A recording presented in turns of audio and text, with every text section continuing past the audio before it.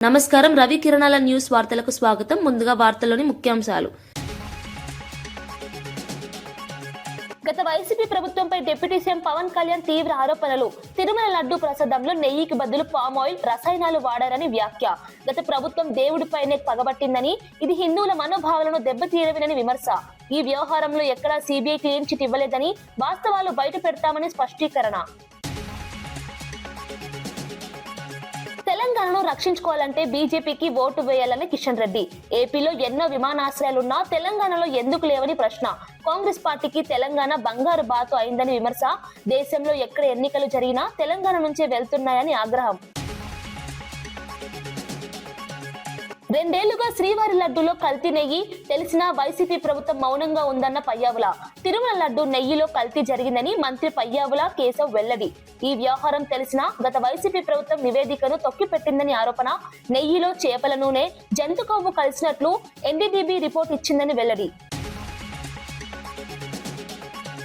Municipality ఎన్నికలు పూర్తిగా ప్రజాస్వామ్యబద్ధమేనా అన్న చరణ్. ఫ్రీ అండ్ ఫెయిర్ ఎన్నికల్లో కాంగ్రెస్ లక్ష్యమని చరణ్ స్పష్టం. మున్సిపాలిటీల అభివృద్ధికి భారీ నిధులు కాంగ్రెస్ నిబద్ధత. బీఆర్ఎస్ హయాంలో ఒత్తిళ్లు, ఇప్పుడు స్వేచ్ఛాయుత ఎన్నికలు జరుగుతున్నాయని వెల్లడి. రేవంత్ రెడ్డి భాషపై కేటీఆర్ కు చామల కౌంటర్. మీ భాషలోనే మాట్లాడితేనే అర్థమవుతుందని కేటీఆర్ కు కౌంటర్. ఎన్నికల్లో ఓడిపోతున్నా బీఆర్ఎస్ కు బుద్ధి రావట్లేదని ఫైర్. రెండేళ్లలో రాష్ట్రాన్ని గాడిలో సీఎం రేవంత్ పెట్టారని కితాబు. అంశాలు లేక చిల్లర మాటలే బీఆర్ఎస్ విమర్శలంటూ counter. Deputy CM Pawan Kalyan తీవ్ర వ్యాఖ్యలు చేశారు. కొందరు రాజకీయ శక్తులు ఏడుకొండల స్వామిపై పగబట్టినట్లుగా వ్యవహరిస్తున్నారని మండిపడ్డారు. భగవంతుడి మీద పగ ఎందుకని ప్రశ్నించారు. తిరుమల శ్రీ వెంకటేశ్వర స్వామి భక్తుల విశ్వాసాలను దెబ్బతీయే చర్యలు ఎట్టి పరిస్థితుల్లోనూ సహించబోమని స్పష్టం చేశారు. ఆలయ వ్యవహారాల్లో రాజకీయ జోక్యం తగదని ఆయన హెచ్చరించారు. కోట్లాది భక్తుల నమ్మకానికి ప్రతీక అయిన ఏడుకొండల స్వామిని వివాదాల్లోకి లాగడం దుర్మార్గమని వ్యాఖ్యానించారు. తిరుమల ఆలయ పవిత్రతను కాపాడటం ప్రభుత్వ బాధ్యత అని చెప్పారు. ఎవరు తప్పు చేసిన చర్యలు తప్పవని స్పష్టం చేశారు. పవన్ కళ్యాణ్ వ్యాఖ్యలు రాష్ట్ర రాజకీయాల్లో తీవ్ర చర్చకు దారితీశాయి. భక్తులు, హిందూ సంఘాలు ఈ వ్యాఖ్యలకు మద్దతు పలుకుతున్నాయి. అసలు వీళ్ళని మీరు ఎగ్జామిన్ చేయాలి. ఈ సమావేశం ద్వారా ప్రజలందరూ కూడా మేము ఏం ఎగ్జామిన్ చేస్తున్నాం అంటే, వీళ్ళు ఎలాంటి పరంపర నుంచి వచ్చారు, వారసత్వం ఏంటి వీళ్ళకి. వీళ్ళు భగవంతుడి మీద పగబట్టారు. వీళ్ళు ఏడుకొండల స్వామి మీద పగ ఉంది. ఈ రోజు పగ కాదు, ఏం పగో నాకు అర్థం కాదు. అయ్యే 7 కొండలు అంటాం. 7 కొండలు ఎందుకు, నీకు 2 కొండలు చాలు. భగవంతుడి మీద పగ ఏంటి ఎవరికైనా? వ్యక్తిగతంగా వర్గాల మీద పగ ఉండొచ్చు, ప్రత్యర్థి మీద పగ ఉండొచ్చు, కానీ విచిత్రంగా వీళ్ళు భగవంతుడి మీద పగబట్టారు. మేము ఆ కోణం నుంచి నాకు అనిపించింది, దీన్ని కరెక్ట్ చేయాలి, ఇది చెప్పాలి. ఇది నేను ఎందుకంటే నేను మాట్లాడేటప్పుడు మేము చాలా ఒళ్ళు దగ్గర పెట్టుకొని మాట్లాడతాం. ఎందుకంటే వీల్ ఫేస్ ద కాన్సిక్వెన్స్ మాకు తెలుసు. అమెరికా నుంచి మాజీ మంత్రి అంబటి రాంబాబు చిన్న కుమార్తె అంబటి శ్రీజ విడుదల చేసిన వీడియో రాజకీయంగా సంచలనం సృష్టించింది. తన తండ్రిపై జరిగిన దాడి ఘటనను ప్రస్తావిస్తూ భావోద్వేగ వ్యాఖ్యలు చేసింది. ప్రజాస్వామ్యంలో భిన్నాభిప్రాయాలకు చోటుండాలని, కానీ హింసకు మాత్రం ఎలాంటి స్థానం లేదని ఆమె వ్యాఖ్యానించింది. రాజకీయ విభేదాల పేరుతో కుటుంబాలపై దాడులు చేయడం అమానుషమని ఆవేదన వ్యక్తం చేసింది. తండ్రి రాజకీయ జీవితం, ప్రజాసేవను గుర్తు చేస్తూ ఆయనపై దాడి చేయడం వెనుక కుట్ర ఉందని సూచించింది. వీడియో విడుదలైన వెంటనే సోషల్ మీడియాలో వైరల్ గా మారింది. పలువురు రాజకీయ నేతలు, నెటిజన్లు ఈ ఘటనను ఖండించారు. ఈ వీడియోతో అంబటి కుటుంబంపై జరిగిన దాడి అంశం మరోసారి ప్రజా చర్చలోకి వచ్చింది. కన్వీనియంట్ గా 4 గోళ్ల మధ్యలో బంధించి కాళ్ళు చేతులు పట్టుకుని ఫిజికల్ గా హెరాస్ చేయడం జరిగింది. ఆయన ఒక ఎక్స్ మినిస్టర్. సరే, మీకు ఆ గౌరవం ఇవ్వడం ఇష్టం లేదు.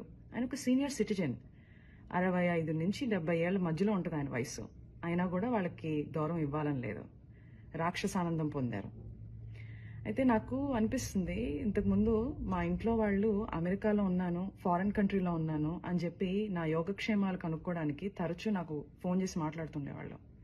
ఇప్పుడు ఆపోజిట్ అయిపోయింది సిచ్యుయేషన్. అయితే రోజులన్నీ ఒకటిలా ఉండవు. నిన్నటి రోజు ఈ రోజు ఉండదు, ఈ రోజు రేపు రాదు. 4 రోజుల క్రితం మా ఇంటికి ఎంతమంది అయితే జనాలు వచ్చారో అంతకు 10 మంది ఈరోజు రావడం జరిగింది, ప్రేమాభిమానాలతో. ఆ రోజు మా ఇంట్లో కిటికీలు, అద్దాలు, తలుపులు పగిలిపోయాయి. ఈరోజు ఏకంగా గోడలే పగిలిపోయినాయి. శ్రీ వైఎస్ జగన్మోహన్ రెడ్డి గారు మా ఇంటికి రావడం జరిగింది. కూర్చుని చాలా వివరంగా మా అమ్మగారితో, మా అక్కలతో జరిగిన సంఘటనల గురించి మాట్లాడటం, మా బాధని షేర్ చేసుకోవడం, మాకు ఒక అండగా నిలబడటం జరిగింది. చాలా సంతోషంగా ఉంది. ఇవన్నీ చూస్తుంటే నాకు మా నాన్నగారు అనే మాటలు గుర్తొస్తున్నాయి.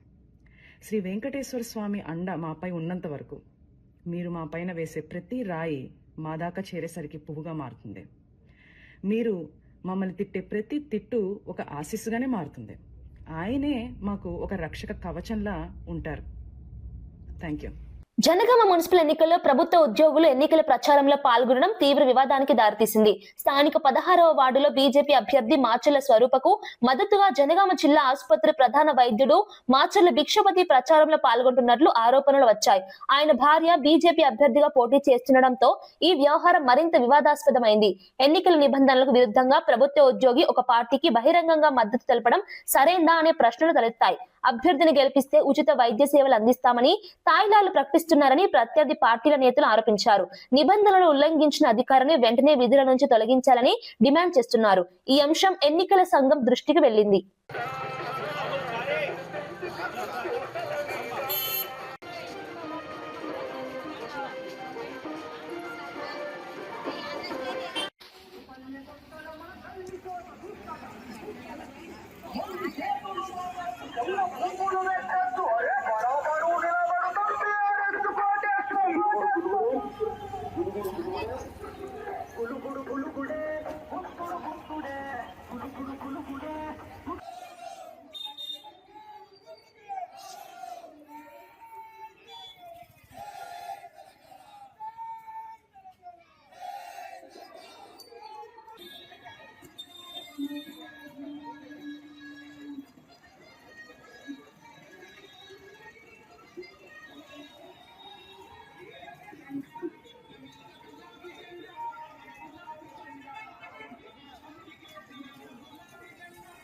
రైతులకు ఎరువుల బస్తాలు కూడా అందించలేని సీఎం రేవంత్ రెడ్డి కేసీఆర్ ను విమర్శించడం సరికాదని మాజీ మంత్రి ఎమ్మెల్యే హరీష్ రావు మండిపడ్డారు. పండిన వరి కొనుగోలు చేయడంలో ప్రభుత్వం పూర్తిగా విఫలమైందని ఆరోపించారు. కేసీఆర్ ప్రవేశపెట్టిన రైతు బంధు వంటి పథకాలను నిలిపివేసి రాష్ట్రాన్ని ఆగమాగం చేస్తున్నారని విమర్శించారు. 2 సార్లు రైతు బంధును ఎగ్గొట్టి ఇప్పుడు 3వ సారి కూడా ఎగ్గొట్టేందుకు కుట్రలు చేస్తున్నారని ఆరోపించారు. కాంగ్రెస్ పాలన రైతులకు నష్టం చేస్తుందని చెప్పారు. తెలంగాణను ఈ కాంగ్రెస్ దద్దమ్మల నుంచి కాపాడుకోవాలంటే మున్సిపల్ ఎన్నికల్లో కారు గుర్తుకే ఓటేయాలని పిలుపునిచ్చారు. హరీష్ రావు వ్యాఖ్యలు రాజకీయ వాతావరణాన్ని మరింత వేడెక్కించాయి. నాట్లు పడే కలుపు తీస్తే మందు కూడా వేస్తే ఇంకా రైతు బంధు పడకపోయా. ఇది మోసం కాదా? మందు సంచులకు కూడా రైతు బంధు అందదా? నేను అంటున్నా రేవంత్ రెడ్డి, ఇప్పటికి 2 రైతు బంధులు ఎగ్గొట్టినావు నువ్వు. ఇది 3వది. మేము ఎలక్షన్ కమిషన్ కు లెటర్ ఇస్తాం, మాకే అబ్జెక్షన్ లేదు. ఎగ్గొట్టిన 2 రైతు బంధులు ఇప్పటి రైతు బంధు వెంటనే వేయాలని చెప్పి మేము రేవంత్ రెడ్డి డిమాండ్ చేస్తా ఉన్నాం. బిడ్డ 11వ తారీఖులోగా రైతు బంధు వేయలేదనుకో, నీ కాంగ్రెస్ పార్టీని నిన్ను సీరిసింత గట్టరు మా రైతులు అని చెప్పి హెచ్చరిస్తా ఉన్నా.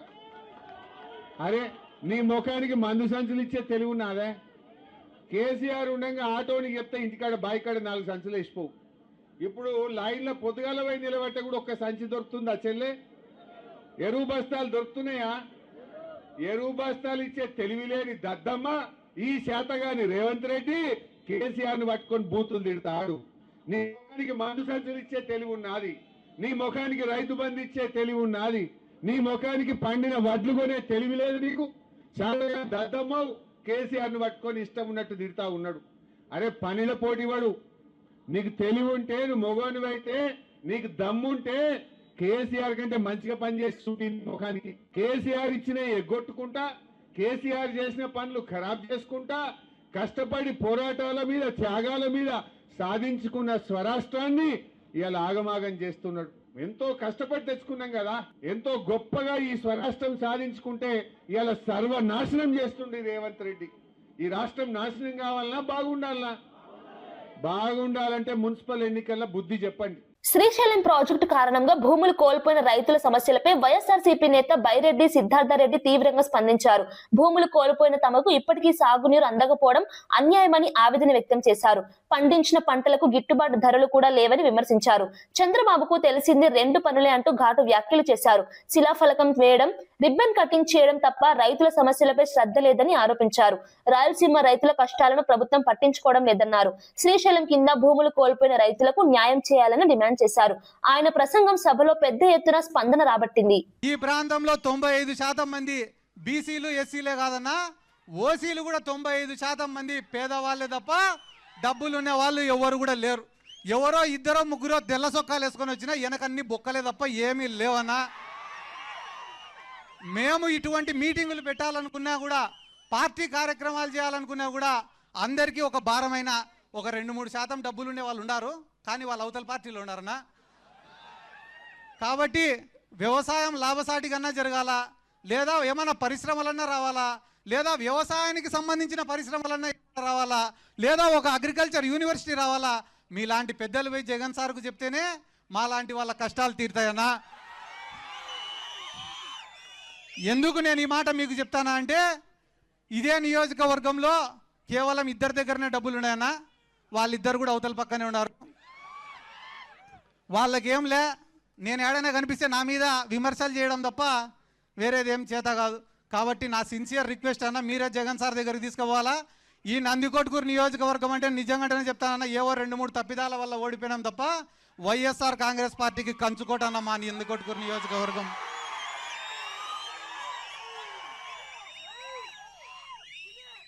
రేపు ఇప్పటికిప్పుడు ఎన్నికలు జరిగినా కూడా భారీ మెజార్టీతో మనం గెలిచడం ఖాయం ఈ నియోజకవర్గంలో. ఎందుకంటే మీకు కేవలం ఒక్కరోజు సమయం ఇస్తేనే వచ్చినటువంటి జనం.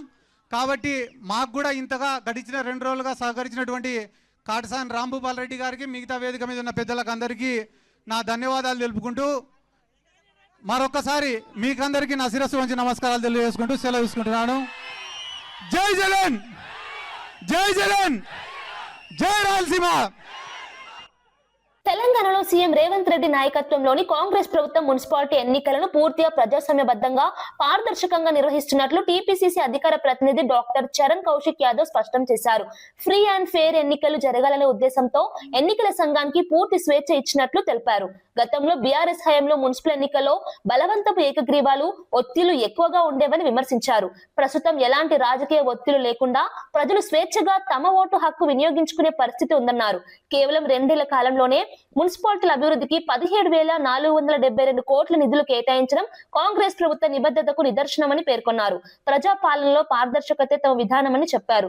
ఈ వ్యాఖ్యలు మున్సిపల్ ఎన్నికల నేపథ్యంలో రాజకీయంగా ప్రాధాన్యం సంతరించుకున్నాయి. తెలంగాణ రాష్ట్రంలో కాంగ్రెస్ ప్రభుత్వం చాలా ప్రజాస్వామ్యబద్ధంగా, ప్రజాస్వామ్యానికి లోబడి చాలా పారదర్శకమైనటువంటి ఎలక్షన్ నిర్వహిస్తూ ఉంది. కాబట్టి ఫ్రీ అండ్ ఫెయిర్ ఎలక్షన్ జరగాలని చెప్పేసి కాంగ్రెస్ ప్రభుత్వం భావించింది. కాబట్టి ఎలక్షన్ కమిషన్కు పూర్తి స్థాయి స్వేచ్ఛ ఇచ్చి తెలంగాణ రాష్ట్రంలో ఎలక్షన్ జరుగుతూ ఉన్నాయి. దానికి నిదర్శనమే 2020లో జరిగిన మున్సిపల్ ఎలక్షన్లో బీఆర్ఎస్ పార్టీ తెలంగాణ రాష్ట్రంలో ప్రజాస్వామ్యం లేకుండా చేసింది. ఆనాడు 80 కౌన్సిలర్లు, కార్పొరేటర్లు సంబంధించి యునానిమస్ జరిగినాయి. అదే కాకుండా అందులో 77 బీఆర్ఎస్ పార్టీ కైవసం చేసుకుంటే 3 ఎంఐఎం పార్టీ, అంటే ఆనాడు ఎంఐఎం పార్టీ కావచ్చు, బీఆర్ఎస్ పార్టీ కలిసి పోటీ చేసిన పరిస్థితి. దాదాపు 80 స్థానాల్లో యునానిమస్ అయినాయి. దానిలో 77 బీఆర్ఎస్ పార్టీకే ఏకగ్రీవమైనవి. కానీ కాంగ్రెస్ ప్రభుత్వంలో మొత్తం ఏకగ్రీవైన 14 కౌన్సిలర్లు. అందులో కాంగ్రెస్ కు 12, బీఆర్ఎస్ పార్టీకి 2. అంటే ఎంత డెమోక్రటిక్ వేళ కాంగ్రెస్ పార్టీ ప్రజాస్వామ్యబద్ధంగా, ప్రజాస్వామ్యం లోబడి చాలా డెమోక్రటిక్ వేలో తెలంగాణ రాష్ట్రంలో ఫ్రీ అండ్ ఫెయిర్ ఎలక్షన్ జరగాలని చెప్పి కాంగ్రెస్ ప్రభుత్వం భావించింది. కాబట్టి ఎక్కడ కూడా బలవంతపు ఏకగ్రీవాలు లేకుండా, ఒత్తిడి లేకుండా, బెదిరింపులు లేకుండా చాలా పారదర్శకమైన ఎలక్షన్ జరిగే ప్రయత్నంలో భాగంగా కాంగ్రెస్ ప్రభుత్వం ఎలక్షన్ కమిషన్ నిబంధనలు ఎక్కడ కూడా అతిక్రమించకుండా చాలా పారదర్శకంగా జరిగే ప్రయత్నం కాంగ్రెస్ ప్రభుత్వం చేస్తాం. కానీ బీఆర్ఎస్ పార్టీ దీన్ని రాద్ధాంతం చేసే ప్రయత్నం, అపవాదాన్ని కూడా కాంగ్రెస్ పార్టీకి నెట్టే ప్రయత్నం వారు చేస్తా ఉన్నారు. వైసీపీ నేతలు బూతులు మాట్లాడుతున్నా ఊరుకోవాలంటూ సీఎం చంద్రబాబు నాయుడు తీవ్ర ఆగ్రహం వ్యక్తం చేశారు. రాజకీయ విమర్శలకు హద్దులు ఉండాలన్నారు. వ్యక్తిగత దూషణలు, అసభ్య వ్యాఖ్యలు ప్రజాస్వామ్యానికి తగవని అన్నారు. ప్రతిపక్షం బాధ్యతారహితంగా ప్రవర్తిస్తోందని విమర్శించారు. రాష్ట్రంలో శాంతి భద్రతలను దెబ్బతీసేలా వ్యాఖ్యలు చేస్తున్నారని ఆరోపించారు. ప్రజా సమస్యలపై చర్చించాల్సిన చోట బూతులు, రెచ్చగొట్టే మాటలు మాట్లాడటం దురదృష్టకరమని తెలిపారు. రాజకీయ లబ్ధి కోసం సమాజంలో విషబీజాలు నాటే ప్రయత్నాలు చేస్తున్నారని అన్నారు. ఇలాంటి వ్యవహారాలను ప్రజలు గమనిస్తున్నారని, తగిన సమయంలో తగిన తీర్పు ఇస్తారని చంద్రబాబు స్పష్టం చేశారు. ఈ వ్యాఖ్యలు ఏపీ రాజకీయాల్లో మరోసారి చర్చకు దారితీశాయి. చూస్తే ఎంత దుర్మార్గంగా మాట్లాడుతున్నారంటే, నేను అపాలజీ చెప్పాలి, మేము చెప్పాలి, రెండోది బూతులు తిడితే కూడా భరించాలి. అంటే మీకు రాజ్యాంగం పైన గౌరవం లేదు, ముఖ్యమంత్రి కానీ డిప్యూటీ సీఎం కానీ ప్రభుత్వ అధినేతలు లాంటి లెక్కలేతనం, ఎక్కడికక్కడ మీ ఇష్టానుసారంగా రౌడీజం చేయాలి, రౌడీజం చేసి మీరు అనుకునిందే వాస్తవాన్ని ప్రజలు మెప్పించాలి అంటే అంత నిస్సహాయంలో మేమందరం. అందుకే నేను అందరికీ పిలిపిస్తున్నా. ఇది చూసిన తర్వాత ఎక్కడ కూడా సిబిఐ రిపోర్ట్లో ఇది కల్తీ లేదని ఎక్కడా చెప్పలేదు. నిన్న అతని స్పీచ్ చూస్తే ఏమనాలో నాకు తెలియదు. కరుడుగట్టిన నేరస్తులు ఏ విధంగా అసత్యాన్ని నమ్మించడానికి ప్రయత్నం చేస్తారో అదే చేస్తున్నారు. నేను ఆంధ్రప్రదేశ్లో ఉండే భక్తులందరినీ ఒక సామాన్య భక్తుడిగా అపీల్ చేస్తున్నాను.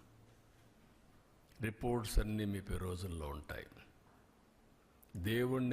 దేవుని యొక్క పవిత్రత మనం కాపాడుకోవడం మనందరి బాధ్యత.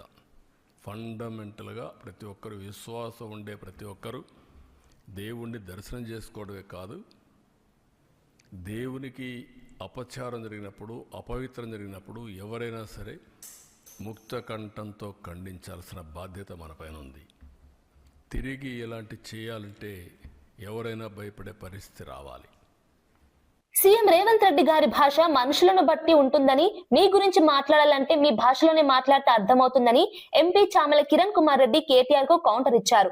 2023 అసెంబ్లీ ఎన్నికల తర్వాత ప్రతి ఎన్నికలో బీఆర్ఎస్ ఓటమి పాలవుతున్నా వారికి ఇంకా బుద్ధి రావట్లేదని విమర్శించారు. రేవంత్ రెడ్డి సీఎం అయిన తర్వాత 2 ఏళ్లలో రాష్ట్రాన్ని గాడిలో పెట్టేందుకు ప్రయత్నం చేస్తున్నారని చెప్పారు.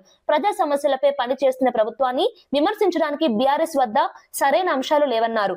బీఆర్ఎస్ నేతలు మాట్లాడే చిల్లర మాటలను ప్రజలు పట్టించుకోవద్దని పిలుపునిచ్చారు. కాంగ్రెస్ ప్రభుత్వం తీసుకుంటున్న నిర్ణయాలు రాష్ట్ర అభివృద్ధికి ఉపయోగపడతాయని తెలిపారు. ఈ వ్యాఖ్యలు కాంగ్రెస్ బీఆర్ఎస్ మధ్య మాటల యుద్ధాన్ని మరింత వేడెక్కించాయి.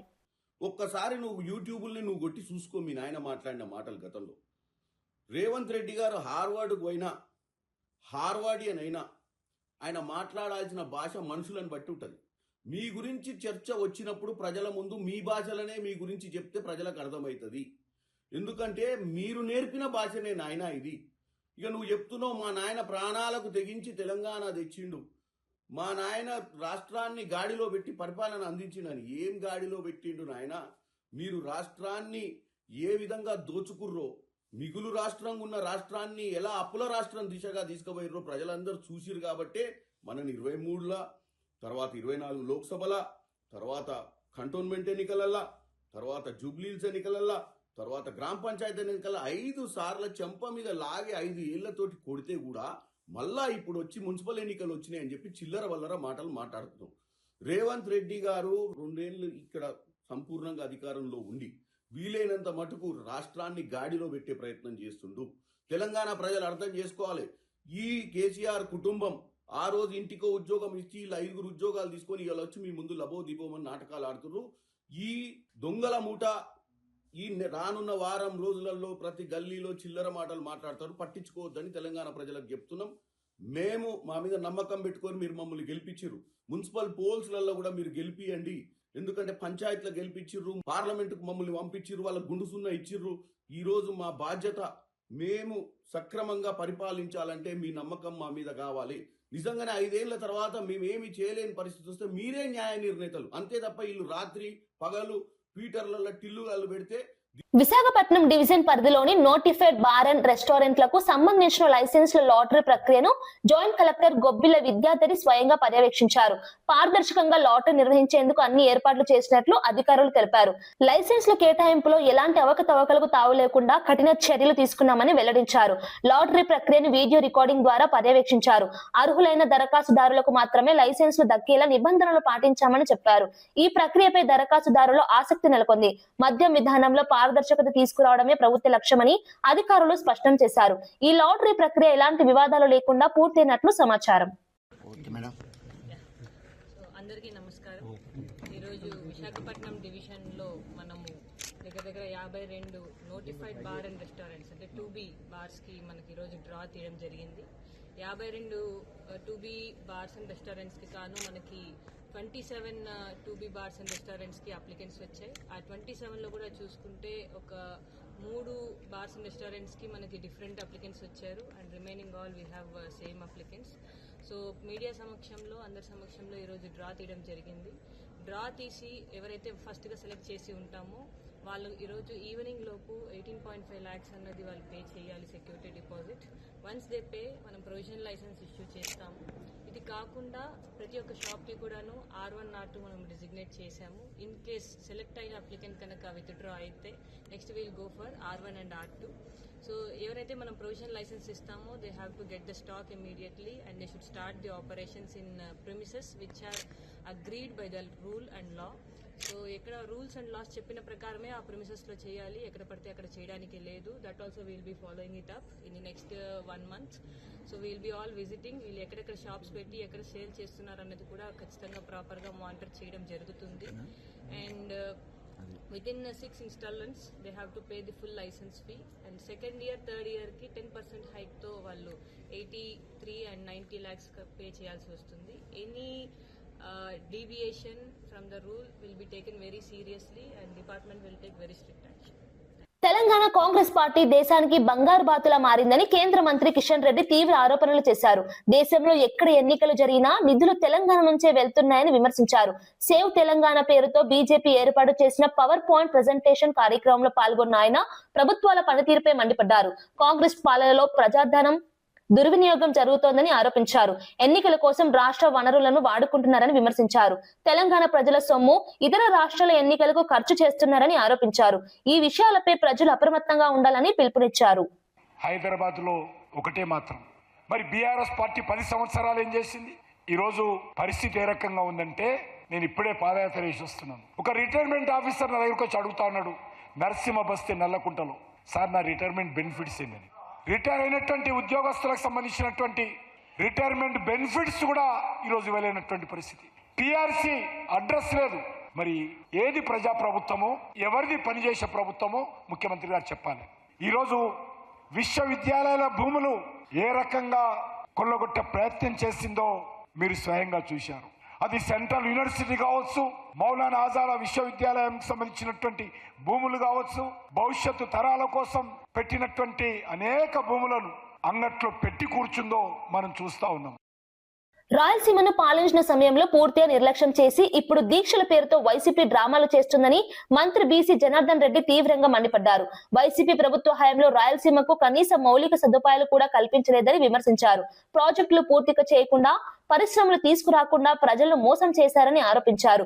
ఇప్పుడు అధికారంలో లేనప్పుడు దీక్షలు, ఆందోళనల పేరుతో ప్రజల్లో భావోద్వేగాలు రెచ్చగొట్టే ప్రయత్నం చేస్తున్నారని అన్నారు. రాయలసీమ ప్రజలు అన్ని విషయాలు గుర్తించుకున్నారని, గత పాలనలో జరిగిన అన్యాయాలను మర్చిపోలేదని స్పష్టం చేశారు. ప్రజలను మభ్యపెట్టే ప్రయత్నాలు ఇక ఫలించవని చెప్పారు. అభివృద్ధి చేసే ఉద్దేశం లేని వారు దీక్షల పేరుతో రాజకీయాలు చేస్తున్నారని వ్యాఖ్యానించారు.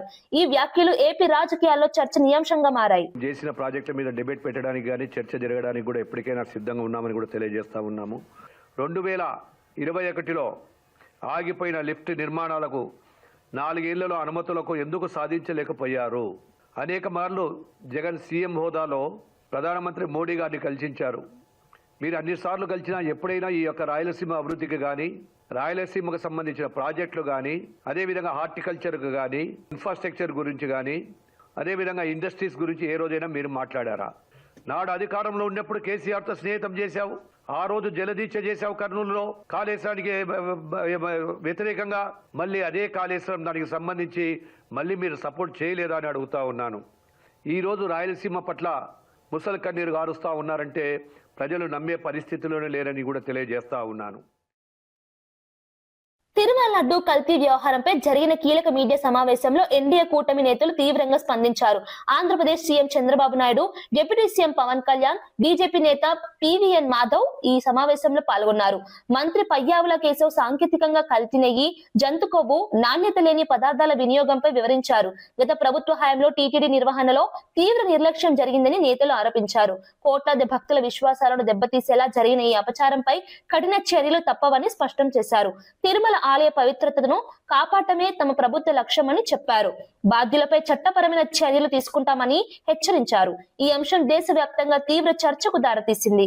వ్యక్తులందరూ కూడా నిబంధనలు కొన్ని రికమెండ్ చేస్తే ఆ తర్వాత ప్రభుత్వం మారడం, వచ్చిన తర్వాత ఇదే పాలక మండలి వాటిని ఆమోదించడం, ధర్మారెడ్డి గారు నేతృత్వంలో ఈ నిబంధనలన్నీ ఆమోదించారు. ఏంటి ఆ నిబంధనలు ఆ రోజు పెట్టినటువంటివి అంటే, డైరీకి క్వాలిఫికేషన్ మినిమం 3 ఏళ్ల పాటు డైరీ రంగంలో పనిచేసి ఉండాలి, 250 కోట్ల టర్నోవర్ ఉండాలి, 4 లక్షల లీటర్ల పాలు ప్రొక్యూర్ చేస్తూ ఉండాలి, 12 టన్నుల వెన్నని సేకరించి ఉండాలి, కనీసం 8 టన్నుల నెయ్యి చేసే సామర్థ్యం ఉండాలి.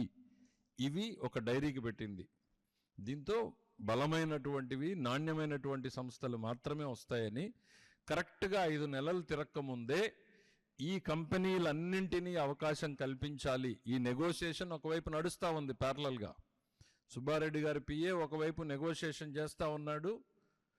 ఈ కార్యక్రమం నడుస్తూ ఉండగానే వీళ్ళందరికీ మార్గం కల్పించడానికి ఇక్కడ నిబంధనలని సరళీకృతం చేయడం మొదలుపెట్టారు. ఏం చేశారు అంటే, కాన్స్పిరసీ కళ్ళ ముందు కనపడుతుంది. అక్కడ నెగోషియేషన్ నడుస్తుంది, కఠినమైన నిబంధనలు ఉన్నాయి. ఆ నిబంధనల ప్రకారం వాళ్ళు రాలేరు కాబట్టి వాళ్ళని ఇక్కడికి తీసుకురావడం కోసం నిబంధనల మార్పు చేశారు. ఏం చేశారు? 3 సంవత్సరాల నుంచి 1 సంవత్సరం అనుభవం ఉంటే చాలు అని చెప్పారు. 150 కోట్ల టర్నోవర్ ఉంటే చాలు అని చెప్పారు. 4 లక్షల లీటర్ల పాలు సేకరించే సామర్థ్యం ఉండాలి, సేకరించి ఉండాలి అన్న నిబంధనని పూర్తిగా తీసేశారు. అంటే పాలు లేకుండా నెయ్యి చేసే విధానాన్ని వీళ్ళు మార్గం సుగమం చేశారు. ఆ తర్వాత ఈ 12 లక్షల టన్నుల వెన్న సేకరణ అనేదాన్ని పూర్తిగా తీసి 3 టన్నులు చేశారు. నెయ్యి చేసే సామర్థ్యం మొత్తం తీసేశారు. అసలు ఈ నిబంధనల మార్పుతోనే ఈ మొత్తం కాన్స్పిరసీ నడిచింది. ఒకవైపు నెగోషియేషను, మరోవైపు నిబంధనలను మార్చేటువంటి కుట్ర. మార్చి ఆ పాత్రదారులు వచ్చారు. వచ్చిన తర్వాత ఏం జరిగిందో మనం కళ్ళ ముందు చూసాం. పామాయిల్, కర్నల్ ఆయిల్ని పెట్టి వీళ్ళందరూ సరఫరా చేయడం. ఆ వైష్ణవి డైరీ అనేటువంటిది మనకి చదివితే అర్థమయ్యేది ఏంటంటే, బోలే బాబా రాలేడు కాబట్టి ఆ ఏఆర్ డైరీ మిగిలిన డైరీల్ని మాట్లాడుకున్నప్పుడు అది సిక్ డైరీ ఒక యూనిట్ అయితే దాదాపు మూతపడిపోయినటువంటి యూనిట్. వాళ్ళందరూ మళ్ళీ ఫేక్ డాక్యుమెంట్స్, తమకు అనుభవం ఉన్నట్టు బోలే బాబా డైరీ ఫేక్ డాక్యుమెంట్స్ క్రియేట్ చేస్తుంది. ఇక్కడికి వచ్చినటువంటి సీమకు ద్రోహం చేసిన జగన్ ఇప్పుడు మొసలి కన్నీరు కార్చడం హాస్యాస్పదమని కాంగ్రెస్ సీనియర్ నేత తులసిరెడ్డి తీవ్ర ఆగ్రహం వ్యక్తం చేశారు. వైసీపీ పాలనలో రాయలసీమ అభివృద్ధి పూర్తిగా నిర్లక్ష్యం చేయబడిందని విమర్శించారు. నీటి ప్రాజెక్టులు, పరిశ్రమలు, ఉపాధి అవకాశాల విషయంలో ప్రజలను మోసం చేశారని ఆరోపించారు. అధికారంలో ఉన్నప్పుడు సీమ ప్రజల కష్టాలు పట్టించుకుని జగన్ ఇప్పుడు దీక్షలు, పర్యటనల పేరుతో రాజకీయ లబ్ధి పొందాలని చూస్తున్నారని అన్నారు. రాయలసీమ ప్రజలు గత 5 ఏళ్ల పాలనను మర్చిపోలేదని స్పష్టం చేశారు. అభివృద్ధి చేయని వారు ఇప్పుడు బాధ్యతగా మాట్లాడటం అర్ధరహితమని వ్యాఖ్యానించారు. సీమ ప్రజలు ఈ రాజకీయ నాటకాలను తిప్పికొడతారని తులసిరెడ్డి అన్నారు. ఈ వ్యాఖ్యలు ఏపీ రాజకీయాల్లో చర్చకు దారితీశాయి. ఇది చాలా విడ్డూరంగా ఉంది.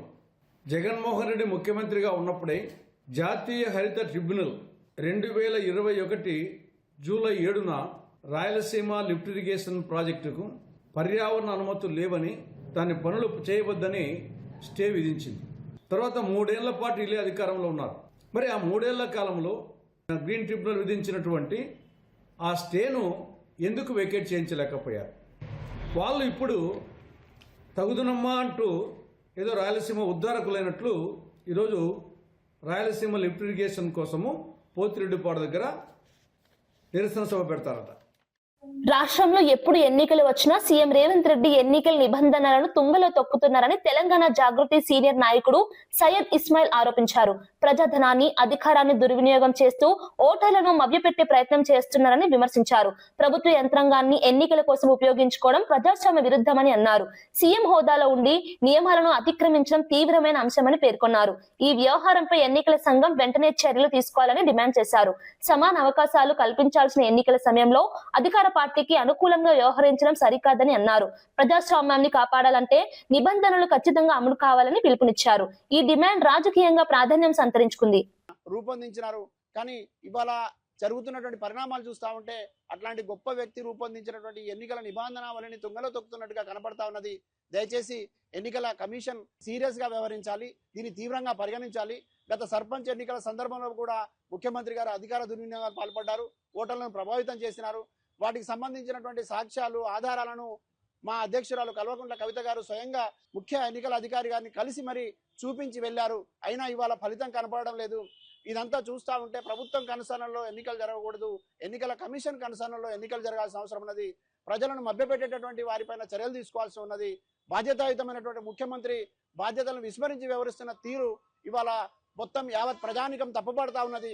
కేవలం రాజకీయాలకు మాత్రమే కాకుండా ప్రజోపకారంగా రాష్ట్ర ముఖ్యమంత్రి పనితీరు ఉండాలి, ప్రభుత్వ పనితీరు ఉండాలి, అధికారుల పనితీరు ఉండాలి. కానీ దురదృష్టవశాత్తు ఇవాళ ప్రజలను మభ్యపెట్టే విధంగా, ప్రజల్ని పదే పదే ప్రభావితం చేసే విధంగా జరుగుతున్న తీరుని మేము వ్యతిరేకిస్తా ఉన్నాం.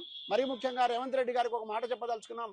మీరు ఎన్నికలకు వెళ్ళవచ్చు, ప్రచారం చేయవచ్చు, కానీ కాంగ్రెస్ పార్టీ సభల ద్వారా మీరు ఎన్నికలకు వెళ్తే బాగుంటది. కానీ ముఖ్యమంత్రి హోదాలో వెళ్ళి నిబంధనలకి వ్యతిరేకంగా వ్యవహరిస్తా ఉంటే ఇక మీరు ఏ రకమైనటువంటి సంకేతాలు ఈ రాష్ట్రంలో ఉన్నటువంటి రాజకీయ నాయకులకు ఇస్తున్నారు, ప్రజలకు ఇస్తున్నారు అనేది అర్థం చేసుకోవాలని కోరుతూ, ముమ్మాటికి రేవంత్ రెడ్డి చేసినటువంటి తప్పిదాలపైన తప్పకుండా ఎన్నికల కమిషన్ చర్య తీసుకోవాలని మాత్రమే బలంగా డిమాండ్ చేస్తా ఉన్నాం. వైసీపీ నాయకులు ఏం చేశారని పోతిరెడ్డిపాడు ప్రాజెక్టు ను సందర్శిస్తారని ప్రభుత్వ విప్ రాయదుర్గం ఎమ్మెల్యే కాలువ శ్రీనివాసులు తీవ్ర ఆగ్రహం వ్యక్తం చేశారు.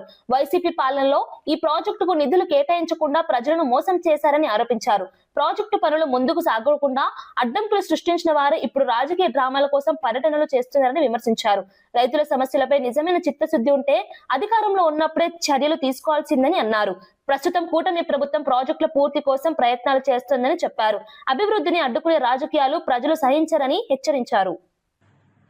ఏం చేశామని పెడతారని నేను అడుగుతా ఉన్నా. రాయలసీమ లిఫ్ట్ ఇరిగేషన్ అనే ఒక కార్యక్రమాన్ని ప్రారంభం చేయకముందే 100 కోట్లు జగన్మోహన్ రెడ్డి తినేశాడని పెడతారా? దానికి ఎలాంటి అనుమతులు తీసుకోకుండా ప్రజాధనాన్ని దోచుకోవడానికి రాయలసీమను సాకుగా చూపించినాడు మా జగన్మోహన్ రెడ్డి అని చెప్పుకోవడానికి రాయలసీమ లిఫ్ట్ ఇరిగేషన్ని మీరు మాట్లాడతారా అని అడుగుతా ఉన్నారు వైసీపీ నాయకులు. 2020లోనే నేషనల్ గ్రీన్ ట్రిబ్యునల్ స్పష్టంగా ఆదేశాలు ఇచ్చిన, అభ్యంతరాలు చెప్పినా, ఆపేసినా మరి 24 వరకు ఏం చేశారని అడుగుతా ఉన్నా. వార్తలు ముగించే ముందు ముఖ్యాంశాలు మరోసారి.